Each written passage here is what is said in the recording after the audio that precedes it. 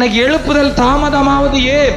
எழுப்புதல் என்று நாம் சொல்லிக் கொண்டிருக்கிறோம். ஆனா எழுப்புதல் வந்த பாடில்ல, அது நம்மளை விட்டு ஃபியூச்சருக்கு தள்ளி போயிட்டே இருக்குது. தள்ளி போயிட்டு காரணம் இயேசு சொல்ல, உன் அவிசுவாசமே, நீ இன்றைக்கு விசுவாசித்தா, நாம் சபையாய் சேர்ந்து விசுவாசித்தா, நாம் எல்லாரும் சேர்ந்து விசுவாசித்தா, சீக்கிரத்திலே ஒரு எழுப்புதலை கர்த்தர் இந்த திருக்கோயிலூர் காண செய்வார்.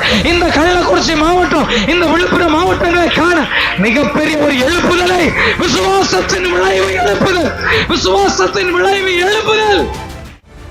அல்லேலூயா. விசுவாசிக்க வேண்டும் என்று கர்த்தர் விரும்புகிறார். ஆமென். அவிசுவாசங்களை அகற்றுங்கள், கடிந்து கொள்ளுங்கள். அவிசுவாசம் என் இருதயத்தை விட்டு வெளியேறு. ஆமென். அல்லேலூயா. அவிசுவாசத்தை அகற்ற ஜெபிக்க வேண்டும். ஆமென். விசுவாசம் நிறைந்த கண்களை கேட்க வேண்டும். சிலட்ட எல்லாம் பேசி பார்க்கிறேன், full of unbelievable, full of. அப்படி இருக்கக்கூடாது. உங்கள் வாய் எப்போதும் விசுவாசத்தை பேச வேண்டும். அல்லேலூயா. என் பிள்ளை நல்லா இருந்தா நல்லா வந்துடும், நம்முடைய தேசம் மாறும். இதெல்லாம் எங்க மாறப்போம்? இதெல்லாம் எங்க? என்ன விசுவாசத்தோடு இந்த கிராமங்களுக்கு ஓடிக்கொண்டிருக்கிற நினைக்கிறீங்க? ஏன் இவ்வளவு காசுகளை செலவு பண்ற நினைக்கிறீங்க? திட்டம் இல்லாம இல்லை. எந்தெந்த கிராமத்துல கால் வைக்கிறோமோ எல்லா கிராமத்துல சபை கட்டாம ஆமென் சாவதே இல்லை. அல்லேலூயா.